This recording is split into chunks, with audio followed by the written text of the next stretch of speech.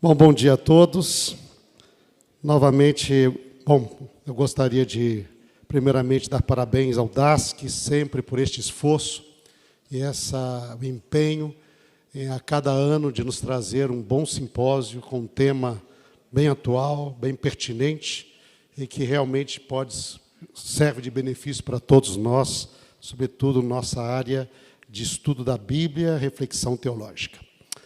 E o convite, então, como foi feito, foi trabalhar sobre o ser de Deus, mas isto dentro do contexto da aliança.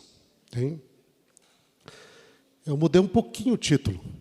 Vocês viram lá que o título era o ser de Deus na aliança. Aí ficaria a aliança como superior e Deus como um objeto, algo que é tratado na aliança. Aqui eu gostaria de dizer que era o ser de Deus e a aliança.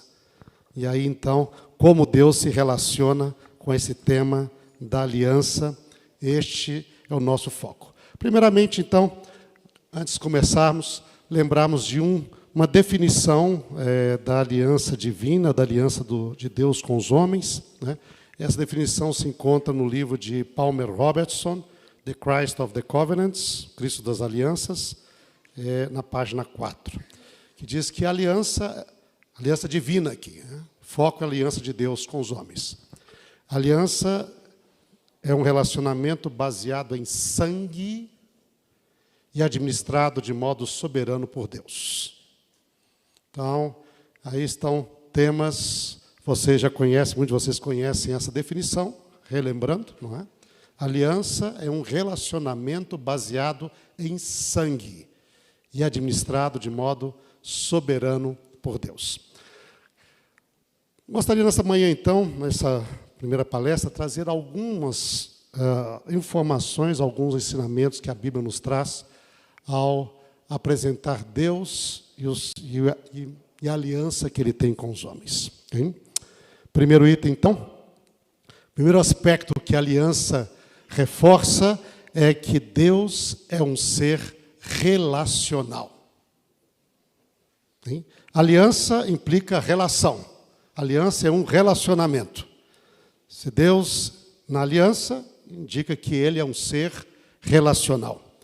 E nós temos ali, então, ao estudarmos a aliança na Bíblia, nós encontramos diferentes aspectos deste ser relacional conosco, com o ser humano.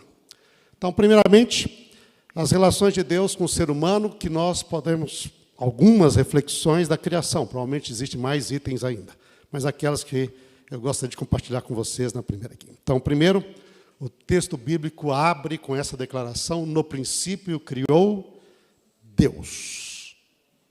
Okay? Ele criou. Então, nós temos aqui um relacionamento, não é? Com alguém que é um criador. E vai continuar o texto bíblico dizendo: façamos o homem à nossa imagem, conforme a nossa semelhança, e tenha ele domínio. Criou, pois, Deus o homem à sua imagem, a imagem de Deus o criou, homem e mulher os criou. Então Deus formou o Senhor Deus o homem do pó da terra. Okay? Aliança é um relacionamento. E o primeiro aspecto desse relacionamento é o relacionamento criador-criatura. Este é uma base da aliança. Nós estamos nos relacionando com um ser que é o nosso Criador, em relação a quem nós somos suas criaturas. Isso é fundamental neste relacionamento da aliança na Bíblia. Esse é o primeiro ponto básico, não é? Ele é o nosso Criador, nós somos suas criaturas. Mas criaturas que relacionam com alguém, quando nós lemos a criação ela declara claramente a soberania de Deus. Ele é rei. O relato da criação deixa isso bem claro. Ao estabelecer suas leis, ao estabelecer a vida, não é? Estas são funções típicas no contexto bíblico e da época bíblica de um rei. Portanto, ele é soberano, rei do universo, e nós, nesse relacionamento, somos seus súditos. Okay? Ele é o rei, nós somos seus súditos. Então, Criador, criatura, soberano, súditos. Ele estabelece as leis. Nossa responsabilidade é guardá-las, observá-las, não é? Ele estabelece as regras, ele estabelece o local, ele estabelece as condições. Nós aceitamos, somos seus súditos, súditos do seu reino. Mas o interessante nessa história é que, nesse relacionamento de Deus, ele diz na criação: façamos o homem a nossa imagem, conforme a nossa semelhança, e tenha ele domínio. Então, no relacionamento entre reis e súditos, o texto bíblico é específico que a condição destes súditos é a condição de vice-reis com Deus. Então, não é súditos daquele que está lá, toda a criação está sob o domínio de Deus, mas o ser humano foi criado para governar juntamente com Deus. Então, são súditos que, na realidade, são corregentes com Deus, que Ele domine. Okay? Que Ele domine. Então, às vezes, quando nós pensamos, né, súdito, poxa, alguém que está mandando em mim, não é? Não, na Bíblia, o súdito da Bíblia é um corregente com Deus. Na realidade, o texto bíblico apresenta essa imagem do vice-rei, que ele domine sobre os peixes, sobre as aves, sobre as criaturas, domine sobre toda a terra. Okay? E isso é algo que vai passar através de toda a Bíblia. Nas alianças de Deus, toda a Bíblia. Okay? Quando diz lá que o Filho do Homem recebeu o reino, diz também que os santos receberam o reino. Okay? Quando Jesus diz que ele se assentou no trono do seu Pai, e diz: aquele que vencer se assentará comigo no meu trono, como eu me assentei no trono do meu Pai, e reinarão com Cristo. Este é um propósito da aliança desde o início. A relação é de um soberano que tem súditos, mas esses súditos, na realidade, são vice-reis. Mas o texto bíblico ainda traz outro detalhe interessante nesse relacionamento da criação. Ao expressar ao usar o termo imagem e semelhança, no original, então, Tselem Delmut, além daquele aspecto da perfeição, da beleza, simetria, capacidade, vários aspectos, a criatividade, não é? Do ser humano que refletem a imagem de Deus, essa expressão também denota um relacionamento de filiação. Isso aparece no texto, quando nós, na sequência do texto bíblico, a evocar isto, não é? Lá em Gênesis capítulo 5. Você abrir sua Bíblia lá em Gênesis capítulo 5. Aí nós temos um elemento de intertextualidade bíblica, não é? Diz assim: este é o livro da genealogia de Adão, no dia em que o Senhor criou o homem, a semelhança de Deus o fez. Homem e mulher os criou. Está aqui relembrando Gênesis capítulo 1, verso 26 e 27. Okay? E os abençoou, lhes chamou pelo nome de Adão, no dia em que foram criados. Viveu Adão 130 anos e gerou um filho, à sua semelhança, conforme a sua imagem, e lhe chamou Sete. Okay? E ele usa as mesmas expressões, não é? E diz que essa é a relação de pai para filho. Este é o livro da genealogia. Por isso, no Evangelho, quando vai contar o Evangelho claramente, tranquilamente diz: filho disto, filho daquilo, filho de Adão, Adão, filho de Deus. Imagem e semelhança na Bíblia envolve filiação. Okay? E, portanto, esse Deus relacional, ao criar seres que sua imagem e sua semelhança, criam seres que estão na posição de filhos e filhas no relacionamento com Ele. Okay? E estes são aspectos que aparecem, portanto, nessa relação de Deus com o ser humano na criação. Okay? Continuando na Bíblia, nós temos o relacionamento de Deus no juízo. E ao nós analisarmos o texto bíblico, o relacionamento no juízo começa com graça, misericórdia, bondade e também justiça. Hein? Por que graça, misericórdia e bondade antes da justiça? Porque quando Deus vai atrás do ser humano, e quando Deus primeiro se pronuncia acerca do problema que agora tinha de enfrentar, não é? Ele traz juízo sobre a serpente. Não é? Lembra que ele vai, Adão, onde estás? Aí Adão diz, olha, eu ouvi a sua voz, fugi, tive medo. Não é? Deus, não é? Acaso comeste do fruto que eu disse que não comeria, que não devia comer? Disse, comi, a mulher que me destes, ela me deu do fruto, eu comi. Aí vai para a mulher, o que você fez? Ah, a serpente, ela me enganou, eu comi.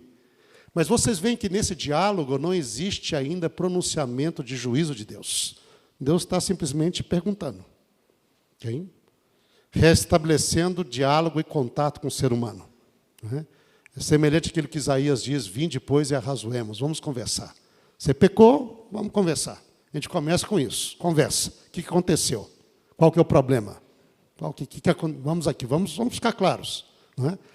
Logo, quando ele termina esse diálogo com a mulher, aí ele passa um pronunciamento de juízo sobre a serpente, mas para o ser humano, nesse pronunciamento de juízo para a serpente, é seguido de uma promessa de expectativa de redenção.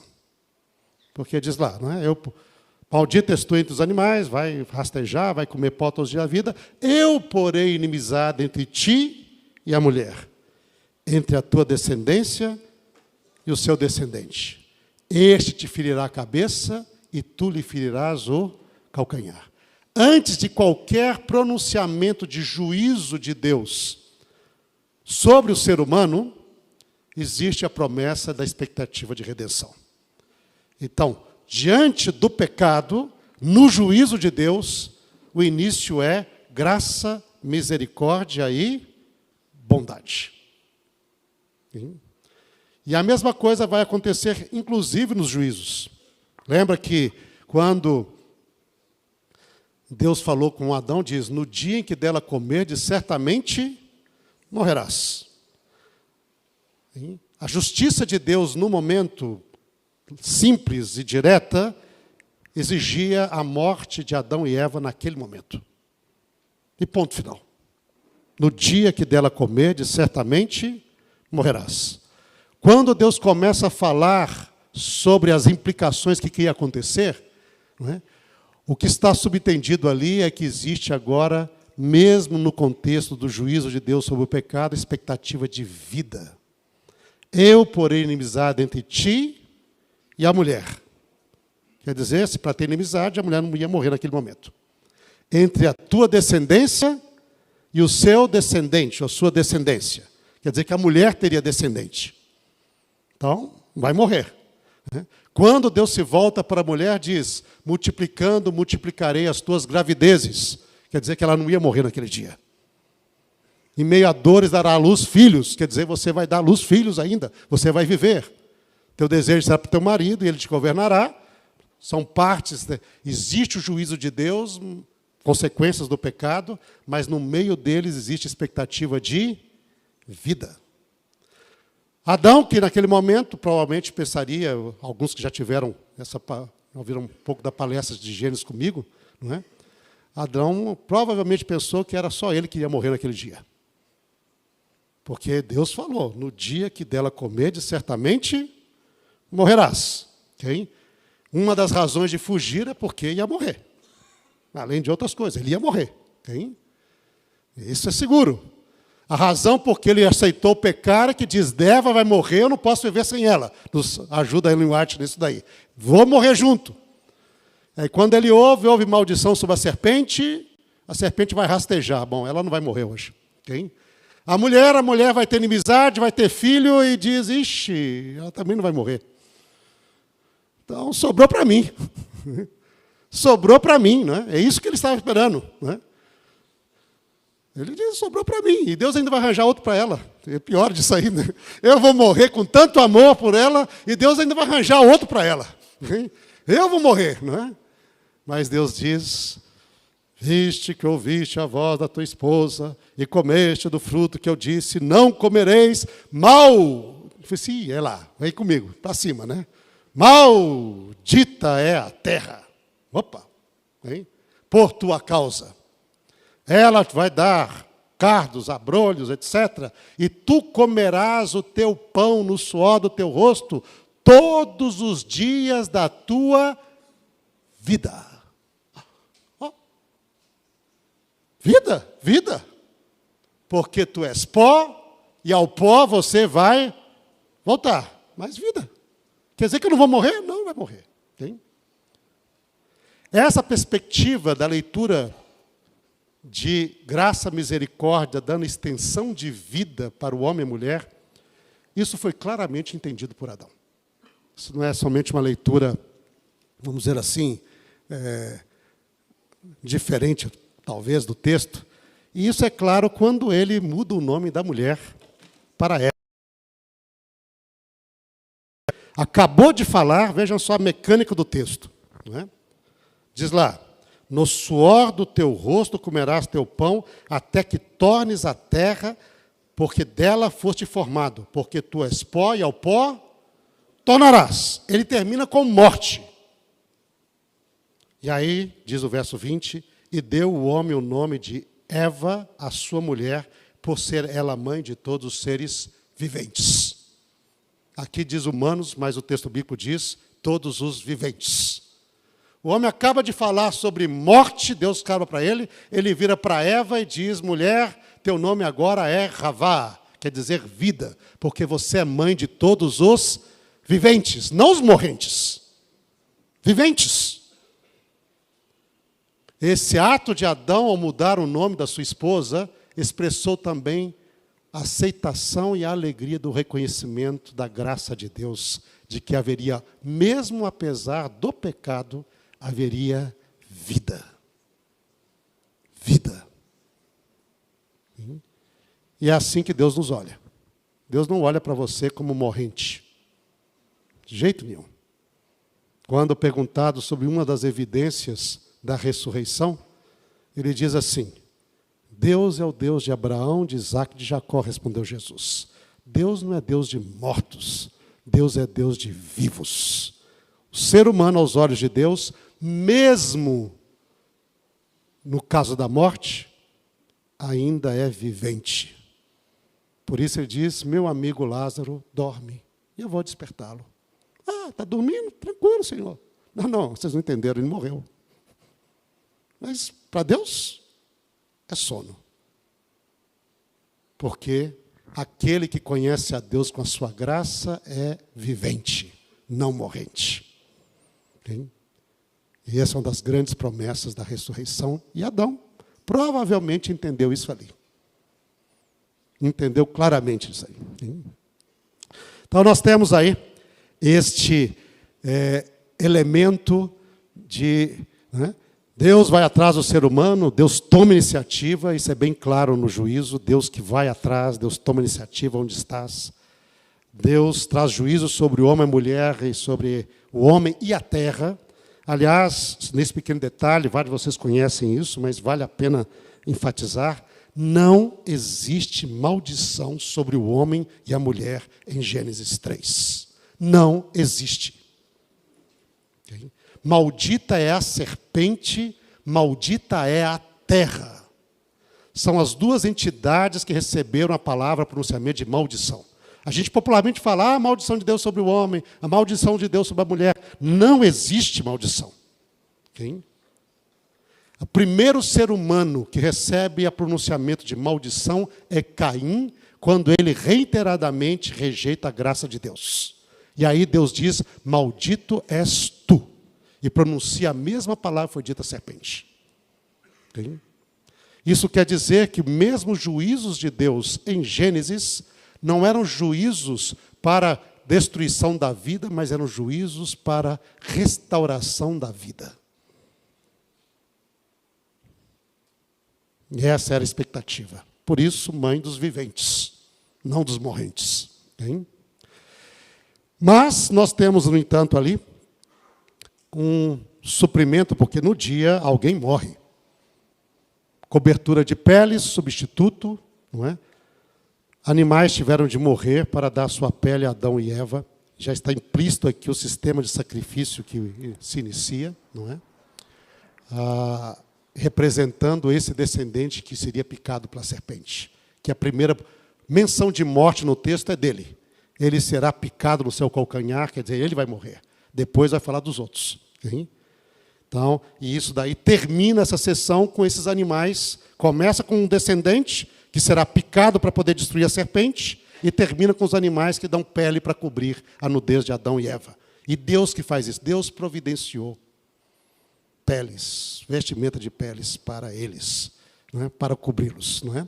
E, finalmente, Deus expulsa o ser humano do Éden. Então, olhando esse relacionamento de Deus com o ser humano na criação, nós temos Deus como resgatador e nós como resgatados. Deus como juiz e nós como julgados. Deus como provedor e nós os providos. Recipientes dessa provisão. Hein? Deus como executor e nós, entre aspas, os executados. Hein? Mas executado não ligado com a morte aqui, executado que recebeu o juízo. Esse é o relacionamento de Deus com o ser humano nesse aspecto aqui. Okay? Na redenção, okay? O outro aspecto do relacionamento de Deus com o ser humano, aí nós temos aspectos que estão típicos de Pai, libertador, salvador, redentor, Senhor e amor. Dirás a Faraó, Israel é meu primogênito, meu filho, meu primogênito. Eu sou pai e meus filhos são eles, o meu povo. Pai, filho. Okay? Fica claro, Faraó. Israel é meu filho, meu primogênito. Pai e filho. Okay? Dize aos filhos de Israel, eu sou o Senhor, que vos tirarei de debaixo das cargas do Egito, tomar-vos-ei para o meu povo, serei o vosso Deus. Eu sou o teu Deus, que tirei da terra do Egito, da casa da servidão. Não terás outros deuses diante de mim. Não vos teve o Senhor afeição, porque fosseis os mais numerosos do que qualquer outro povo, mas porque o Senhor vos amava. Relacionamento de Deus na redenção. Ele é Pai, Ele é libertador, salvador, redentor. Ele é Senhor. Ele é o nosso Deus, nosso Senhor, mas esse relacionamento com o Senhor envolve amor. Okay? Então nós temos aí Pai, filhos, Redentor, redimidos, Senhor, servos.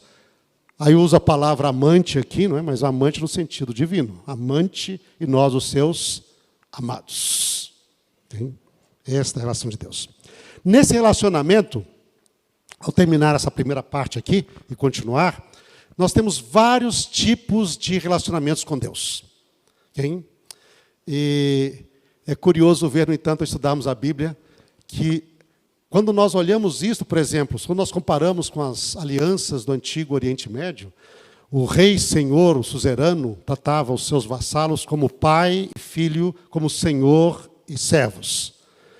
E a pergunta seria se o relacionamento pai e filho não seria só formal, tipo o relacionamento que havia entre eles. Mas ao estudar a Bíblia não é assim. O principal relacionamento que Deus quer com os seus envolve os relacionamentos de família.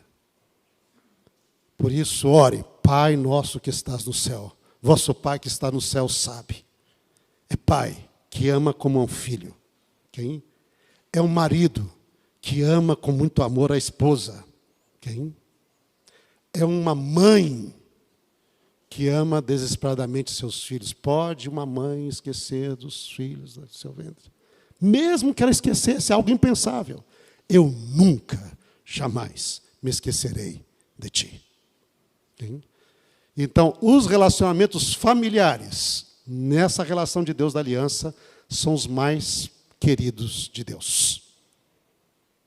Noivo, noiva. Marido, esposa. Pai, filho. Mãe, filho. Okay? É assim que Deus nos olha. É assim que Deus quer conviver conosco. Okay? Isto é bem claro no contexto da aliança. Avançando então para o segundo aspecto. Deus e o sacrifício. E Deus é sacrifício. Okay? Este, o segundo aspecto, aparece na aliança. E nós vemos isto, não é? Desde bem claro, hein? o compromisso de Deus como penhor e preço da redenção. Quando Abraão, em capítulo 15, ele pergunta: Senhor, o Senhor prometeu que vai me dar essa terra. Eu já acreditei na promessa da descendência. Eu olhei para o céu, vi as estrelas, tentei contar, não consegui, não é? E eu acreditei e o Senhor até considerou minha fé aí, bacana, tal, né? Foi contado por justiça. Mas o Senhor falou da terra agora, como é que eu vou ser que eu vou possuir essa terra, Senhor? Como você vai me dar uma certeza disso daí? Certeza que vai cumprir todas as promessas? Aí Deus diz: tá bom, você quer a certeza? Então pega. Pega uma novilha, pega uma cabra, pega um cordeiro, pega uma rola, pega um pombinho. E Abraão diz que pegou esses animais e partiu eles no meio, colocou um lado, um à frente do outro, não partiu os passarinhos, né, as aves, colocou uma diante da outra, mortos, e ali ficou espantando as aves de rapina o dia todo, até a noite. E durante a noite, então, no momento ele tem esse encontro, Deus vem até ele e faz esta aliança. E diz o texto que sucedeu o posto do sol, houve densas trevas. E um fogareiro fumegante, uma tocha de fogo que passou entre aqueles pedaços, naquele mesmo dia, fez o Senhor aliança com Abraão. Muitos de vocês já estudaram isso, os outros que tiveram a oportunidade de estudar, talvez relembrar isso daí, não é? Que este era um costume do mais solene pacto que existia nos dias de Abraão. Ao matar um animal e dividi-los em duas partes, e cada parte contractante do pacto, do concerto, deveria levantar a sua mão, passar no meio destes animais e fazer um juramento. Eu juro, hein, fazer isto e aquilo. E esse juramento e esse ato simbólico representava: se eu não cumprir a minha palavra, que a minha sorte seja como estes animais. Ou seja, esse pacto era penhorado com a vida da pessoa. Se ele não cumprisse, a parte lesada poderia vir e matar o outro. E não haveria nenhum problema legal. O penhor do pacto é a vida. Okay? Agora, o surpreendente, quando nós vamos a Abraão, em Gênesis 15, é que o único contractante do pacto que caminhou entre as partes foi Deus. Abraão não andou entre as partes. Deus, a fazer isso, diz: eu penhoro ao meu ser, a minha vida, a minha existência, como garantia da minha aliança com você. Isso fez Deus. Quer saber, Abraão? O meu ser, se eu não cumprir, eu deixo de existir no universo. Minha sorte será como esses animais. Okay? Este é o penhor, é o preço que Deus coloca. Mas ele vai mais além. Porque ali era uma coisa simbólica, mas ao nós continuarmos na Bíblia, não foi simplesmente Deus e o sacrifício. Nós vamos continuar e saber que Deus é o próprio sacrifício. Ao perguntar para o seu pai: papai, tem fogo, tem lenha, tem cutelo? Cadê o cordeirinho para a gente ir lá no Monte Moriá e adorar a Deus? Aí Deus responde, Abraão responde: Deus proverá para si o cordeiro para o holocausto, meu filho. E depois de ter tudo acontecido, quando Deus proveu realmente o cordeiro naquele momento, Abraão pôs por nome aquele lugar: o Senhor proverá. Por isso dizer-se até o dia de hoje: no monte do Senhor se proverá. Okay? E, biblicamente falando, outros vão contar isso aí, mas biblicamente falando, esta é a raiz que vai se adicionar a Salém, e a cidade onde isso aconteceu vai ser considerada como Jerusalém. Jeru, o Senhor proverá. Naquele local, Deus proveria para si o cordeiro, meu filho. Proveria a nossa paz. Jerusalém será provida a paz. No mesmo local de Abraão, Deus proveria o cordeiro para si. Nós sabemos, 2000 anos depois, foi isso que aconteceu naquele mesmo local. Hein? O que era representado simbolicamente para Abraão. Hein? Mas daí nós conhecemos, continuando na Bíblia, diz: Jesus, e do modo como Moisés levantou a serpente no deserto, assim importa que o Filho do Homem seja levantado. Por quê? Porque Deus amou o mundo de tal maneira que deu o seu Filho para fim de que todo aquele que nele crer não pereça, mas tenha vida eterna. Mas pelo precioso sangue, como de cordeiro, sem defeito e sem mácula, o sangue de Cristo, conhecido com efeito antes da fundação do mundo.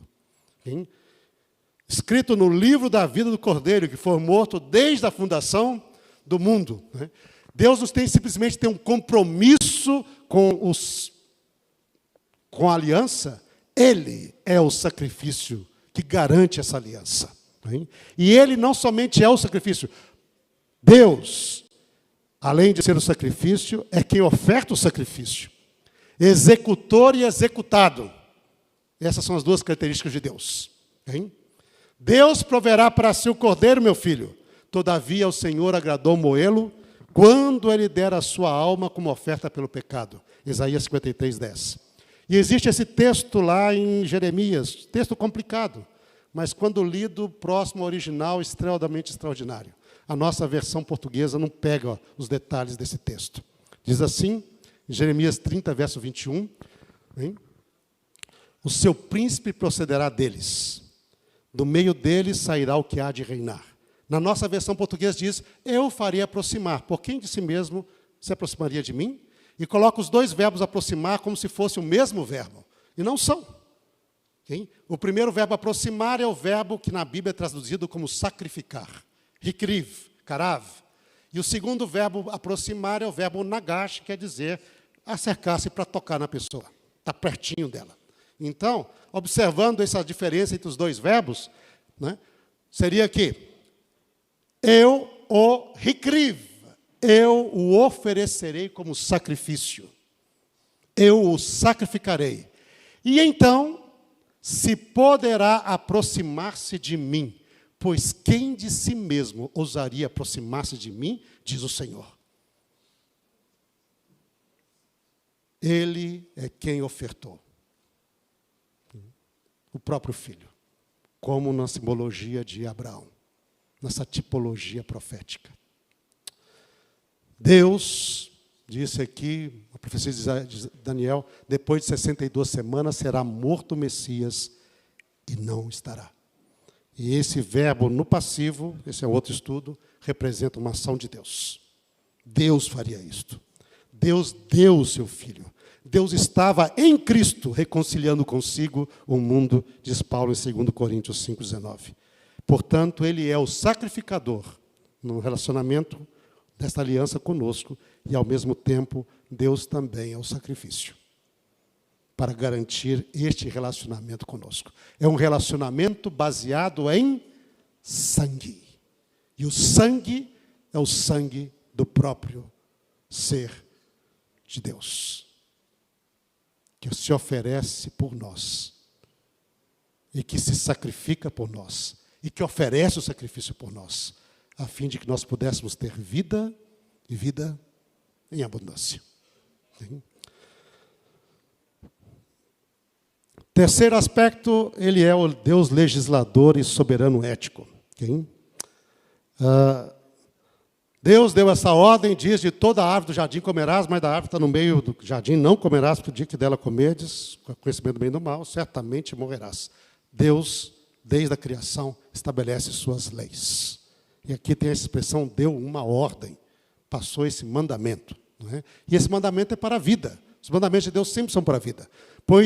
Estes são os mandamentos, os estatutos, juízos que mandou o Senhor teu Deus para os cumprires e os teus dias, e para a fim de que os teus dias sejam prolongados. Vê, hoje te proponho a vida e o bem, e tem a morte e o mal. Mas só o foco aqui no propósito da lei. Se guardares o mandamento que hoje te ordeno, escolhe, pois, a vida para que vivas tu e tua descendência, pois disso depende a tua vida e a tua longevidade. Lei na Bíblia é vida. E sempre ligado. Transgressão da lei que é morte, mas lei é vida. Lembrando disso que qualquer tipo de lei, Deus estabeleceu assim. Deus nos fez seres aeróbicos, portanto nós temos de respirar ar. Você, por acaso, decidiu não observar mais esta lei, tampa a sua respiração e você dura 7 minutos e já era. Porque transgredir as leis de Deus leva à morte. Obedecer às leis de Deus dá vida. e vida com qualidade. Tem? Esta é a relação de Deus. Legislador e soberano, e é um soberano bom. Suas leis são para nosso bem. Legislador ético, justo e misericordioso. Do que me serve a mim a multidão dos vossos sacrifícios? Diz o Senhor, estou farto dos holocaustos. Não continueis a trazer ofertas vãs, o incenso para a minha abominação, e também as festas, luas novas, sábados, convocação das congregações. Puxa vida, mas tudo o Senhor mandou, Senhor. Por que o Senhor está tão chateado assim? Diz, não posso suportar iniquidade associada a ajuntamento solene. Lavai-vos, purificai-vos, tirai a maldade de vossos atos diante dos meus olhos, cessai de fazer o mal, aprendei a fazer o bem, atendei a justiça, repreendei o opressor, defendei o direito do órfão, pleiteai o caso das viúvas, e então, nós vamos estar aqui como vocês desejam, como eu desejo que vocês estejam. Eu sou ético. Deus é misericordioso, justo com todo o ser humano. E por último, então, aspecto desse relacionamento, Deus é amor. Tem? Bem claro na Bíblia, né? A principal característica de Deus é o amor na aliança. Não vos teve o Senhor afeição porque fosseis mais numerosos que qualquer outro povo, porque vocês não eram.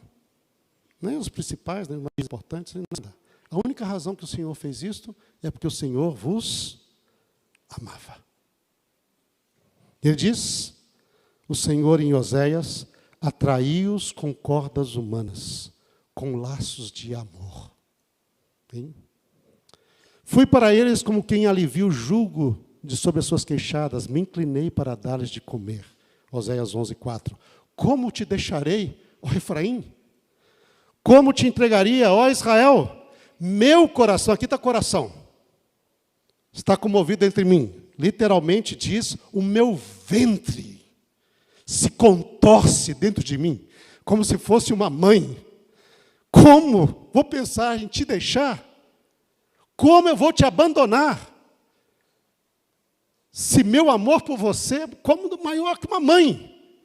Eu sou Deus, não um homem. Portanto, eu amo perfeitamente, plenamente, completamente, como nenhum ser pode amar. Eu sou Deus. Ser humano, por mais, pode às vezes trair o amor, deixar de amar. Eu jamais. Eu sou Deus, não sou homem. Portanto, vamos continuar. Ó Efraim, a nossa história de amor. Eu te atrairei ao deserto, falarei o teu coração, diz no capítulo 2. Ali vamos renovar as nossas promessas. Vou abrir para você uma porta de esperança, como nos dias de antiguidade. Eu farei de você novamente minha noiva. Amar-te-ei de todas as minhas forças. Essa é a promessa de Deus para todos os seus filhos. Sempre o relacionamento mais querido de Deus é o relacionamento de amor em contexto familiar. Pai, filho, esposo, esposa, noivo, noiva, mãe, filho. Quem? Este é a característica de Deus. Por quê? Porque Deus amou o mundo. Deu seu filho. Entregou a si mesmo para poder nos resgatar, porque Deus é amor. E ao verificarmos essas poucas características de Deus na aliança, haveria muitos outros mais. Eu creio que nós podemos confiar nesse grande Deus, que desde a eternidade sonhou relacionar-se com você. Por isso, ao pensar na criação, em tudo que iria acontecer, rebelião de Satanás, queda de Adão, ao pesar os ganhos e as perdas, sacrifício e o seu sofrimento ao ver filhos e filhas sofrendo, muitos rejeitando. Mas quando Deus olhou para o rosto e o nome de cada um que o aceitaria, se ele estivesse disposto a dar o sacrifício, ele não pensou nem sequer duas vezes. para poder tomar a decisão. Ele nos amou. E por isso, assim mesmo, se entregou. A fim de que nós pudéssemos ter a oportunidade de passar a vida eterna com Ele. Nesta relação de profundo amor. Por quê? Porque a mensagem da aliança para cada ser humano é que você vale a pena para Deus. E Ele viria, se você fosse a única pessoa que o aceitasse em toda a humanidade, e você valeria a pena para Ele.